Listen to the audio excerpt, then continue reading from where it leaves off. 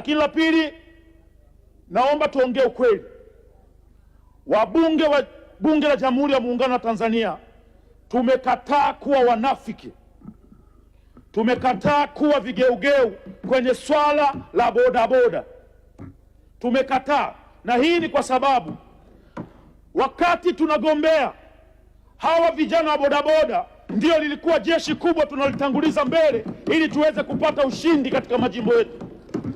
Kwa hiyo linapotokea jambo lolote ambalo linawahusu bodaboda, linawahusu watu ambao tuliwategemea wakati tunatafuta vyeo hivi kuja kukaa kwenye viti vyekundu, lazima tulijadili kwa kina kuona namna ya kuepushia mzigo. Naomba Mheshimiwa Waziri, ili wazo la kuongeza tozo kwenye bodaboda ulitoe.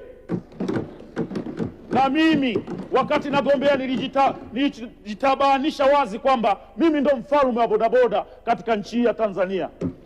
Hatutakubali kuona vijana wanaongezewa mzigo.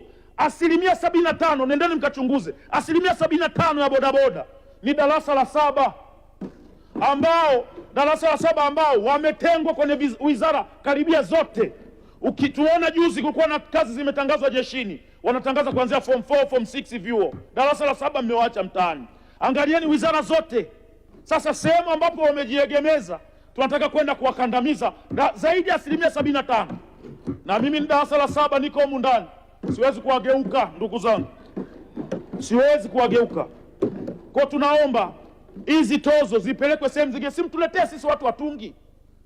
Bia ilikuwa inauzwa 1000 mkapandisha 2000, 3000, 5000 tunalipa tu. Watoleeni bodaboda, tuleteni sisi watu watungi, sisi tutalipa hiyo, wala haina shida yoyote.